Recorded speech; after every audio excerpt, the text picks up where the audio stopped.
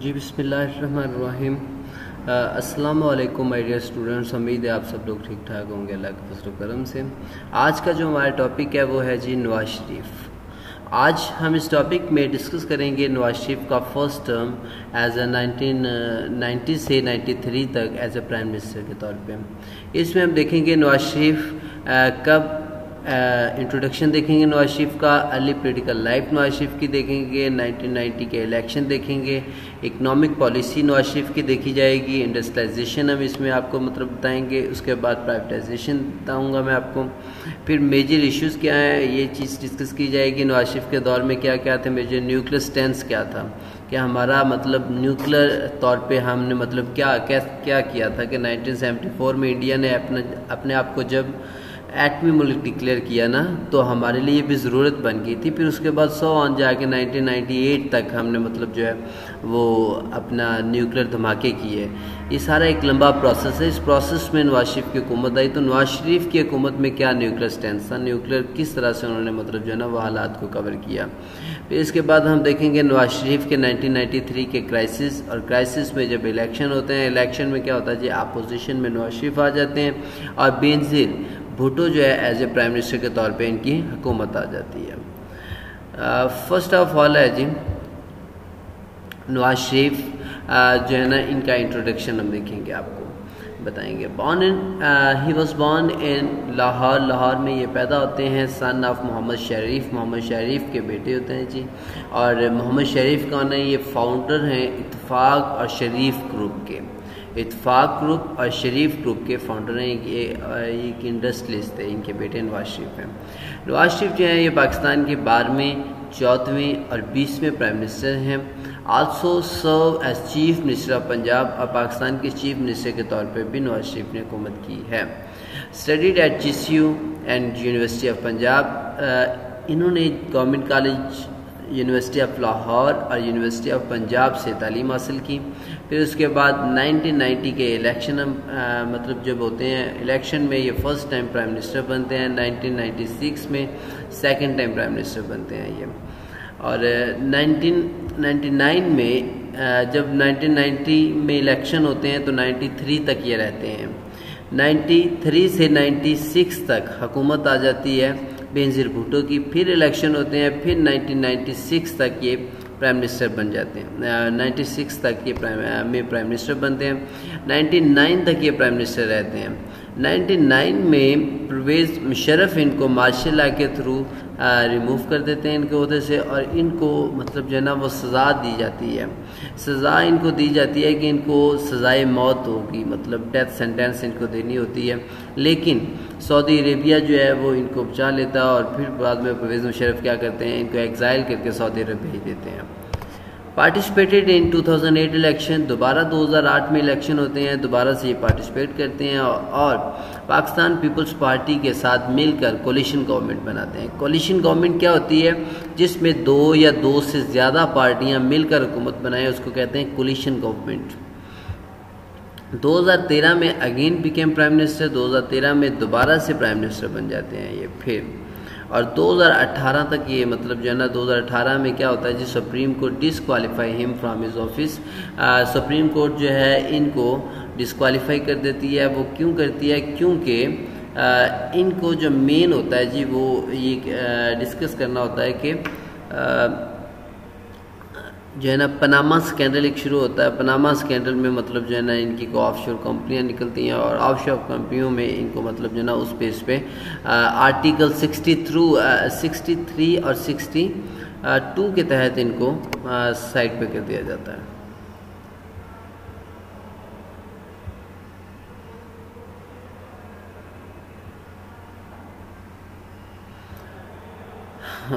Article 62 کیا ہے اور آرٹیکل 63 کیا ہے، یہ چیز پہلے ڈسکس کرنے والی ہے۔ آرٹیکل 63 اور 62 یہ ہے کہ کوئی بھی بندہ جو ہے وہ اپنے عہدے پہ قائم رہے گا، پرائم منسٹر، لیکن پرائم منسٹر کبھی بھی غلط بیانی نہیں کرے گا، وہ امانت دار ہوگا، اپنے عہدے کے ساتھ جو ہے وہ منصف ہوگا، اپنے عہدے کے ساتھ انصاف کرے گا، کوئی ناجائز کام نہیں کرے گا، یہ ایک غلط بیانی نہیں کرے گا. یہ آرٹیکل 62 اور 63 ہے. اسی بیس پہ نواز شریف کو نااہل کر دیا گیا. پھر اس کے بعد ہے جو نواز شریف کا پولیٹیکل کیریئر.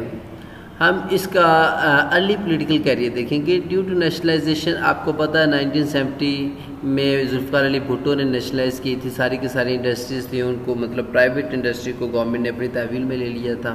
نواز شریف کی بھی ایک انڈسٹری تھی اسٹیل مل پلانٹ، یہ بھی نواز شریف کی انڈسٹری تھی. ان کو بھی نواز شریف مطلب ذوالفقار علی بھٹو نے گورنمنٹ نے اپنی تحویل میں لے لیا تھا.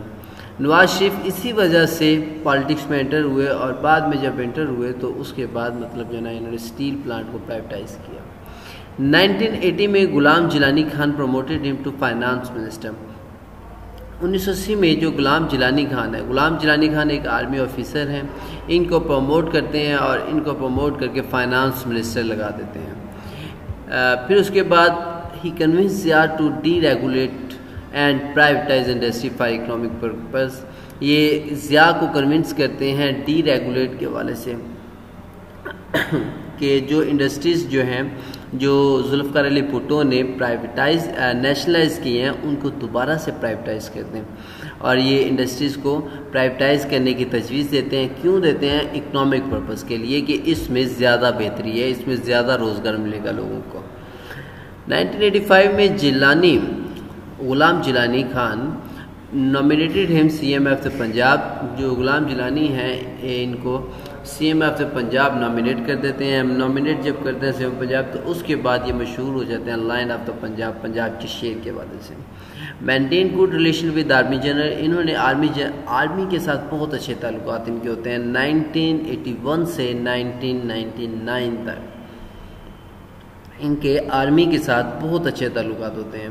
1988 الیکشن ہوتے ہیں. الیکشن میں کیا ہوتا ہے؟ I G I funded 15 million from I S I. جو آئی جی آئی ہے جی یہ 15 ملین جو ہے نا اس کو فنڈ کیا جاتا ہے آئی ایس آئی کی طرف سے، اور یہ الیکشن لڑے جاتے ہیں. الیکشن میں آئی جی آئی کیا ہے جی؟ آئی جی آئی اسلامی جمہوری اتحاد ہے. 9 پارٹیوں نے مل کر، ساری پارٹیاں سمجھ لیں کہ اپوزیشن پارٹیاں ساری ایک طرف ہیں اور بینظیر بھٹو کی پیپلز پارٹی ایک طرف ہے. پیپلز پارٹی حکومت میں نہ آئے اس لیے آئی جی آئی نے اتحاد کیا، اور آئی جی آئی کو 15 ملین روپیہ آئی ایس آئی کی طرف سے گرانٹ بھی دی گئی کہ آپ الیکشن لڑیں پیپلز پارٹی کے خلاف. تو آئی جی آئی کے جو سربراہ ہیں یہ ہیں نواز شریف، ٹھیک ہے، چیئرمین جو ہیں ان کی پارٹی کے.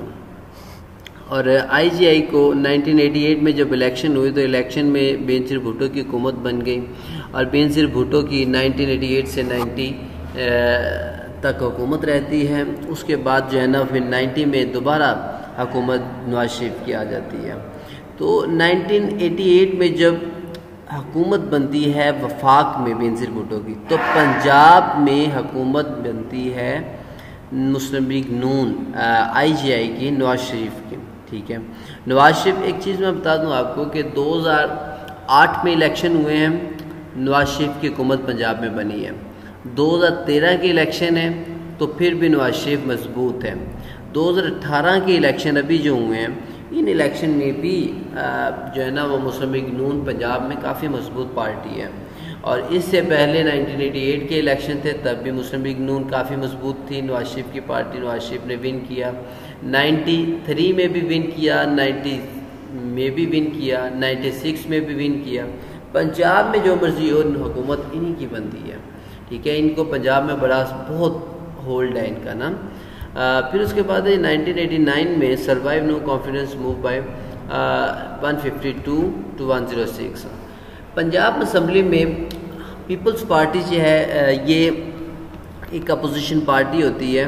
پنجاب اسمبلی میں جب پیپلز پارٹی مطلب حکومت ہوتی ہے نواز شریف کی، تو جب نواز شریف کی حکومت پنجاب میں بن جاتی تو 1999 میں جو بینظیر بھٹو ہے ان کے خلاف پنجاب اسمبلی میں نو کانفیڈنس کا ووٹ جو ہے نا وہ سروائیو کرتے ہیں. لیکن یہ ووٹ رہ جاتا ہے مسلم لیگ نون نواز شریف کی فیور میں 152 ووٹ پڑتے ہیں اور پیپل پارٹی کی فیور میں 106. اس طرح سے نواز شریف اپنے عہدے پہ قائم رہتے ہیں. پھر ان کے بعد ہم 90 کے الیکشن دیکھیں گے اور نواز شریف کا پرائم منسٹر بننا دیکھیں گے. اگست 1990 میں اسحاق خان جو کہ صدر ہوتے ہیں پاکستان کے، یہ بینظیر کی حکومت کو ڈسمس کر دیتے ہیں. کس وجہ سے؟ 8th امینڈمنٹ کا یوز کر کے. 8th امینڈمنٹ کیا ہے جی؟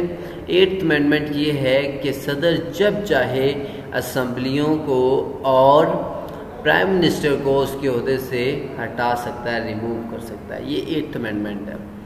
تو 8th امینڈمنٹ کا استعمال کر کے صدر جو ہیں وہ بینظیر کی حکومت ختم کر دیتے ہیں. ملک میں الیکشن ہوتے ہیں. اکتوبر 90 میں الیکشن ہونے کے بعد پاکستان پیپلز پارٹی کو 217 میں سے 45 سیٹس ملتی ہیں اور آئی جی آئی کو 106 سیٹس ملتی ہیں.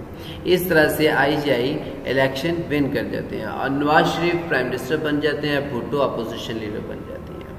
یہ ایک چیز ہے. پھر اس کے بعد عجیب اگلی چیز ان میں جو آ جاتی ہے ان کی اکنامک پالیسی ہے. Initiated policy based on privatisation and economic liberalisation. یہ جو اپنی پالیسی بناتے ہیں نا، یہ بیس کرتی ہے پرائیویٹائزیشن پہ، کہ چیزیں جو ذوالفقار علی بھٹو نے نیشنلائز کی تھی یہ دوبارہ سے ان کو پرائیویٹائز کرتے ہیں. اور اکنامک لبرلائزیشن جو ہے ان کو فروغ دیا جاتا ہے. اکنامک لبرلائزیشن یہ ہوتی ہے کہ جو ریاست ہے وہاں پہ کہتی ہے کہ انڈسٹری جتنی مرضی لگائی جائے، پرائیویٹ انڈسٹری، لیکن ریاست ٹیکس میں بچت دیتی ہے. ٹیکس کم سے کم لے گی، لوگوں سے کم ٹیکس لے گی. آزادی کے ساتھ کہتی ہے کہ لوگوں کو انڈسٹری لگائیں، جتنی پروموٹ کرنی ہے کریں، لوگوں کو روزگار دیں. اور اس کا مین مقصد کیا ہوتا ہے کہ ملک میں غربت ختم ہو. امپروو نیشن انفراسٹرکچر، یہ نیشنل انفراسٹرکچر جو ہے اس کو امپروو کرتے ہیں. His economic policy were based on fiscal conservatism, supply side economics and religious conservatism. ان کی جو ہے نا پالیسیز ہیں اکنامک پالیسیز، وہ کون سی ہیں جی؟ 3 چیزوں پہ بنیاد کرتی ہیں، فسکل اور سپلائی سائڈ اور ریلیجیس. اب فسکل کیا ہوتا ہے؟ فسکل ہوتا ہے فسکل کنزرویٹزم وہ ہوتا ہے جس میں ریاست کم سے کم ٹیکس لگاتی ہے، حکومت کم سے کم انٹروین کرتی ہے، کم سے کم ٹیکس لگاتی ہے، اس کو کہتے ہیں fiscal conservatism. Supply side economics ہوتا ہے جی جس میں پرائیویٹ لوگوں کو زیادہ سے زیادہ کہا جاتا ہے کہ آپ ملک میں جو ہے نا وہ ملک میں زیادہ سے زیادہ انویسٹ کریں، آپ زیادہ سے زیادہ انڈسٹری لگائیں. اور ریلیجیس کنزرویٹزم وہ ہوتا ہے جس میں مذہب سے مطلب چیزیں لی جاتی ہیں، مذہب کو بھی درمیان میں رکھا جاتا ہے ریاست کے، کہ مذہب سے ہٹ کر کوئی چیز نہیں ہوگی. اور اس دور میں پاکستان کی اینول گروتھ جو ہے وہ 6% ہوتی ہے. یہ ایک ریزنیبل ہے اس دور میں، مطلب پاکستان کی آج کے دور میں 5.02 ہے مے بی. تو آپ اندازہ کریں 90 میں جب نواز شریف کی حکومت تھی اس وقت ہماری 6% اینول گروتھ تھی. پھر اس کے بعد عجیب انڈسٹریلائزیشن اینڈ پرائیویٹائزیشن. یہ پہلی چیز جو دیکھی جاتی ہے ویسٹرن سٹائل آف کیپٹسٹ اکنامکس کے، یہ ایک مطلب چاہتے ہوتے ہیں نظام کو. اب ویسٹرن سٹائل کیا ہے جی کیپٹلسٹ اکنامکس کا؟ یہ ہے جی کہ جو ہے نا زیادہ سے زیادہ سرمایہ دارانہ نظام جو ہے نا اس کو مطلب لایا جائے گا ریاست میں نا. سرمایہ دار لوگوں کو زیادہ سے زیادہ فیسیلیٹیٹ کیا جائے گا. ان لوگوں کو کہا جائے گا کہ آپ جتنا ہو سکے پاکستان میں اپنا سرمایہ کریں. ان کا بھی یہی تھا کہ سرمایہ دار لوگ جو ہیں وہ پاکستان میں سرمایہ کریں اور پاکستان میں انڈسٹری لگائیں، لوگوں کو روزگار دیں. Unemployment can only be remove by privatisation. یہ ایک واضح سی مطلب ان کی اسٹیٹمنٹ تھی کہ جو ہے چیزوں کو پرائیویٹ کریں گے تو زیادہ اچھی طرح لوگ ان کو آن کر پائیں گے. ریاست ان کو اچھی طرح آن نہیں کر پا رہی، سرکاری آفیسر جو ہیں وہ اچھی طرح کام نہیں کرتے، اپنے پرائیویٹ چیزیں اچھی طرح سے آن ہو جاتی ہیں. اس لیے انہوں نے کہا جی کہ ان امپلائمنٹ اسی وقت ختم ہوگی جب چیزیں پرائیویٹ کی جائیں گی. اور اسٹیٹ آن بینکس پر پرائیویٹائزیشن، ان کے دور میں جو اسٹیٹ کے بینک تھے، جو اسٹیٹ کے پاس بینک تھے وہ پرائیویٹ کر دیے گئے. پی آئی اے بھی ان کے دور میں پرائیویٹ کر دیا گیا، واپڈا بھی ان کے دور میں پرائیویٹ کر دیا گیا. 1993 میں آلموسٹ 115 نیشنلائز انڈسٹری ور پرائیویٹائز. 115 انڈسٹری جو نیشنلائز کی ہوئی تھی ان کو پرائیویٹائز کر دیا گیا. اور پاکستان پیپلز پارٹی کا سٹینس کیا تھا کہ پاکستان پیپلز پارٹی جو بینظیر بھٹو تھی وہ ان کی ساری کی ساری جو ان کی مطلب وہ کام کر رہے تھے نواز شریف ان کو ہٹ کر رہی تھی. مطلب انہوں نے کہا جی کہ جو نواز شریف نے چیزیں 115 انڈسٹریز نیشنلائز کی ہیں, پرائیویٹائز کی ہیں, ان کی مطلب جو ہے نا وہ پرمیشن نہیں لی گئی قومی اسمبلی سے. تو اس طرح سے مطلب ان پہ مطلب جو نا کوئی بھی نواز شریف کی پالیسی تھی ان کو ہٹ کرتی تھی کہ یہ ظاہر سی بات ہے کہ اپوزیشن اپنا رول ادا کرتی ہوتی ہے. تو نواز شریف کی ہر پالیسی پہ پیپلز پارٹی نے اپنا رول مطلب جو ہے نا وہ کہا کہ یہ ٹھیک نہیں ہے, اور پیپلز پارٹی کی ہر پالیسی پہ نواز شریف نے کہا جی کہ یہ ٹھیک نہیں ہے, یہ غلط ہے. دونوں کی اسی طرح سے کام رہے ہیں. پھر اس کے بعد ہے جی میجر ایشوز. میجر ایشوز کیا کیا تھے ان کے دور میں؟ ایران عراق وار اور Iraqi invasion of Kuwait. Iran Iraq war کب ہوئی تھی؟ پہلا پوائنٹ ہے, یہ وار ہوئی تھی 22 سپتمبر 1980 سے 20 اگست 1988 تک. دوبارہ سن لیں, 22 سپتمبر 1980 سے 20 اگست 1988 تک ایران عراق وار رہتی ہے. اب ایران اور عراق دونوں ایک دوسرے کے رائیول سمجھے جاتے ہیں. اگر ہمارے ایران کے ساتھ تعلقات اچھے ہیں تو سمجھ لیں عراق کے ساتھ اچھے نہیں ہیں, اگر ہمارے عراق کے ساتھ اچھے ہیں تو سمجھ لیں ایران کے ساتھ اچھے نہیں ہیں. تو ان دونوں میں ذرا زیادہ ایشو تھا, اور نواز شریف کی حکومت میں یہ بڑا ایک مین ایشو بنا ہوا تھا.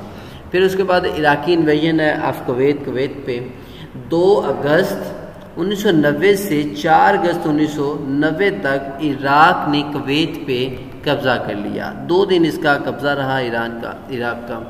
کتنی دن سے؟ 2 اگست 1990 سے 4 اگست 1990 تک.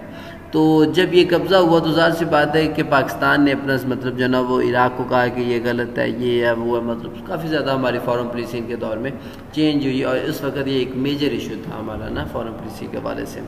ان پاکستان کی گورنمنٹ جو تھی انہوں نے ایران کے ساتھ اپنے تعلقات اچھے بنائے, اور ظاہر سی بات جب ایران کے ساتھ اچھے ہو گئے تو آٹومیٹیکلی عراق کے ساتھ ہمارے تعلقات اچھے نہیں تھے. یہ ایک دونوں آپس میں ایک دوسرے کے جو ہے نا رائیول سمجھے جاتے تھے. Raise Kashmir issue wanted peaceful settlement of Afghanistan. انہوں نے کشمیر ایشو کو جو ہے نا وہ بہت زیادہ ریز کیا, اور اس کے بعد جو پیسفل جو ہے نا چاہ رہے تھے سیٹلمنٹ آف افغانستان کے. افغانستان جو مطلب ایشو کھڑا ہوا تھا اس وقت کا, آپ کو پتہ ہے کہ رشیا اور افغانستان کی جو وار ہو رہی تھی, رشیا کی فورسز افغانستان سے نکلوانی تھیں, اور یہ مطلب نواز شریف کا سٹینس تھا کہ نواز شریف یہ کہہ رہے تھے کہ افغانستان کا جو مسئلہ ہے یہ ایک پیسفل طریقے سے ہمیں سیٹلمنٹ کرنا ہے, اس کو پیسفل طریقے سے سیٹ کرنا ہے. Try to control drug and weapon at border. انہوں نے مطلب جو ہے نا وہ ڈرگس کو اور ویپنس کو کنٹرول کرنے کی بہت زیادہ کوشش کی.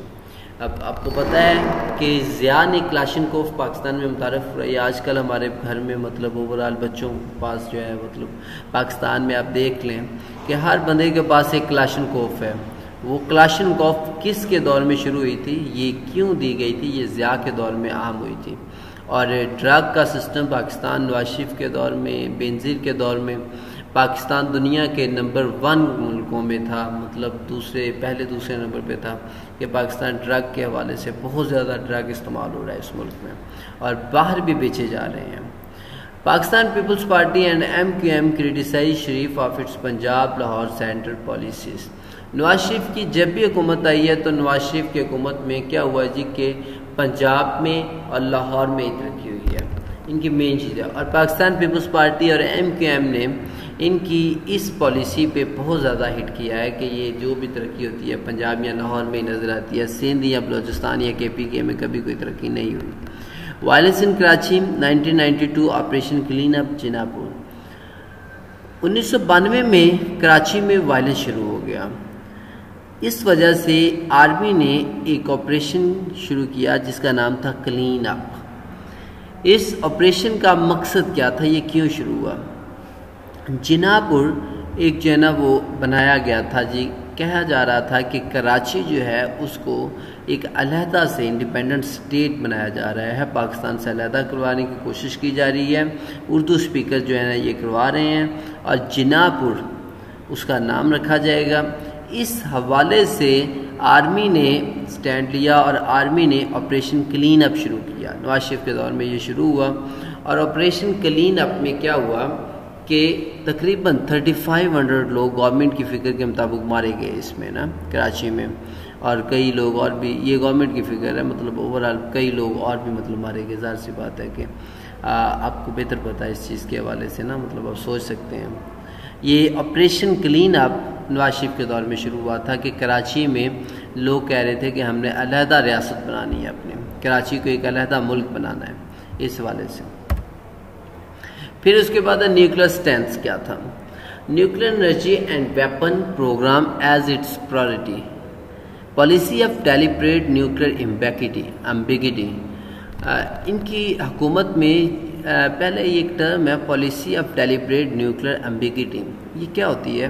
یہ اس چیز کو کہتے ہیں کہ اگر کسی ملک کو ہم پہ شک ہے تو ہم ایک جو نا اس شک کو شک میں رہنے دیں گے، ایمبیگیٹی رہنے دیں گے، کہ مطلب کسی ملک کو بتانا نہیں ہے. ہمیں پتہ ہوگا نا کہ یار اگر کسی پتہ چل جائے گا کسی بندے کو، کہ کسی ملک کو پتہ چل جائے گا تو ہمارے لیے اس کے نتائج زیادہ اچھے نہیں ہوں گے، تو ہم اس کو چھپا کے کام کریں گے. نواز شریف کی حکومت میں بھی یہی کام تھا. نواز شریف نے نیوکلیر پروگرام کو واضح نہیں کیا، چھپا کے کام رکھا کہ ہم اس مطلب ہمارے ملک میں نیوکلیر ویپن نہیں ہے، نیوکلیر چیز نہیں ہے. اور دوسری چیز کیا تھی؟ U N economic embargo on Pakistan, Pressler amendment. Pressler amendment کیا تھی؟ پریسلر امینڈمنٹ ایک لیری پریسلر ہے، یہ امریکن پولیٹیشین ہے. 1996 میں اس نے پریسلر امینڈمنٹ کی. پریسلر امینڈمنٹ یہ تھی کہ پاکستان کو کی امداد اس وقت تک بند ہے جب تک پاکستان واضح نہ کرے کہ اس کے پاس نیوکلیر ڈیوائس نہیں ہے، اور جب پاکستان واضح کرے گا پھر اس کے بعد پاکستان کو امداد دی جائے گی. اور امریکہ کا صدر ہر سال چیک کرے گا کہ پاکستان واقعی اس کے پاس نیوکلیر ڈیوائس نہیں ہے، پھر اس کے بعد پاکستان کو امداد دی جائے گی. اور امریکہ کا صدر جو ہے سائن کرے گا، دین جو ہے نا وہ پاکستان کو اس کی امداد دی جائے گی. یہ ہے جی پریسلر امینڈمنٹ. تو پریسلر امینڈمنٹ پاکستان پہ لگا دی گئی تھی نواز شریف کے دور میں بھی نا، یہ چیز بھی بہت زیادہ ایک ایشو کر رہی تھی. Wanted to use nuclear energy peacefully, ان کا یہی چیز تھا کہ یہ کہہ رہے تھے کہ ہم نیوکلیر انرجی جو ہے یہ پیسفلی طور پہ استعمال کرنا چاہ رہے ہیں. ہمارا کوئی مقصد یہ نہیں ہے کہ ہم دنیا میں دہشت پھیلائیں گے، ہم یہ کریں گے یہ کریں گے، نہیں. ہم صرف اپنے ڈیفینس کے لیے رکھ رہے ہیں، اپنے ڈیفینڈ کے لیے رکھ رہے ہیں کہ انڈیا نے نیوکلیر مطلب اپنے آپ کو ڈکلیئر کیا ہے، اس لیے ہم نے بھی اپنے آپ کو مطلب نیوکلیر کرنا ہے. ہم کسی سے دشمنی یا کسی کو دہشت گردی نہیں کرنا چاہ رہے، ہم صرف اپنے ڈیفینس کے لیے کر رہے ہیں. اور انہوں نے انسٹیٹیوٹ آف نیوکلیر انجینئرنگ بھی نواز شریف کے دور میں مطلب جو نا بنایا گیا، نواز شریف نے اس کی افتتاح کیا تھا. پھر اس کے بعد 1993 کے crisis election and opposition leader. 18 April 1993 Ishaq Khan uses 58(2)B to dismiss national Nawaz Sharif, کہ نواز شریف کی حکومت کو اسحاق خان نے 58(2)B کے تحت ڈسمس کر دیا. اب 58(2)B میں آپ کو پہلے بھی بتا دیا ہے کہ صدر جب چاہے وزیر اعظم کو اور وزیر اعظم کی اسمبلیاں جو ہیں قومی اسمبلی اور مطلب اوورال جو ٹوٹل اسمبلیاں ان کو جب چاہے صدر ڈیزالو کر سکتا ہے، اس کو توڑ سکتا ہے. یہ صدر کے پاس ایک اختیار ہے. یہ اختیار 2010 میں آصف زرداری نے، جب آصف زرداری صدر بنے تھے 2008 میں، 2010 میں آصف زرداری نے یہ اختیار ختم کر دیا تھا. مطلب 18th امینڈمنٹ یہ تھی کہ صدر اب کوئی بھی اسمبلی نہیں توڑ سکتا، صدر وزیر اعظم کو اس کے عہدے سے ریموو نہیں کر سکتا. اسحاق خان نے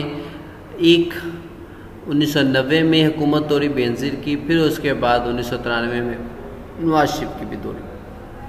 لیکن نواز شریف کی جب حکومت کو سائڈ پہ کیا گیا تو Nawaz Sharif went to supreme court. 26 مئی کو نواز شریف جو ہے نا یہ سپریم کورٹ میں چلے گئے.